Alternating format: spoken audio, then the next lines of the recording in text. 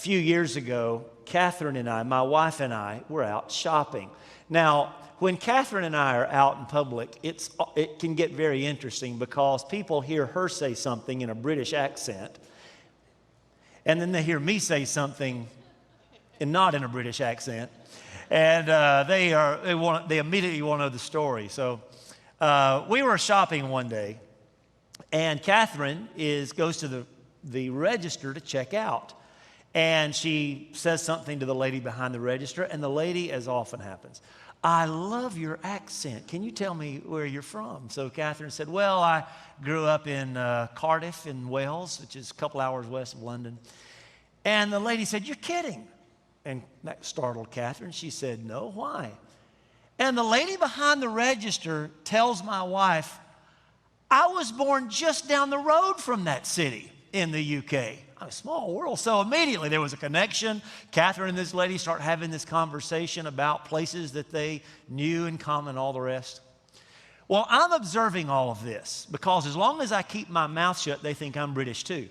So I'm just listening. And here's what I'm noticing. I know I can recognize my wife's accent. But the lady behind the register, who was from the same place, had not even a hint of a British accent. So in the course of the conversation, I found out that this lady had moved to the United States when she was just a little girl and had spent the vast majority of her life here in the United States. And a different culture had transformed her native accent into something different.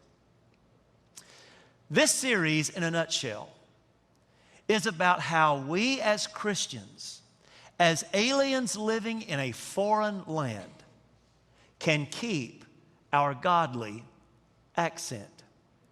How we can stand firm and not be transformed by the culture that we're living in. Jesus used a picture of salt to describe Christians.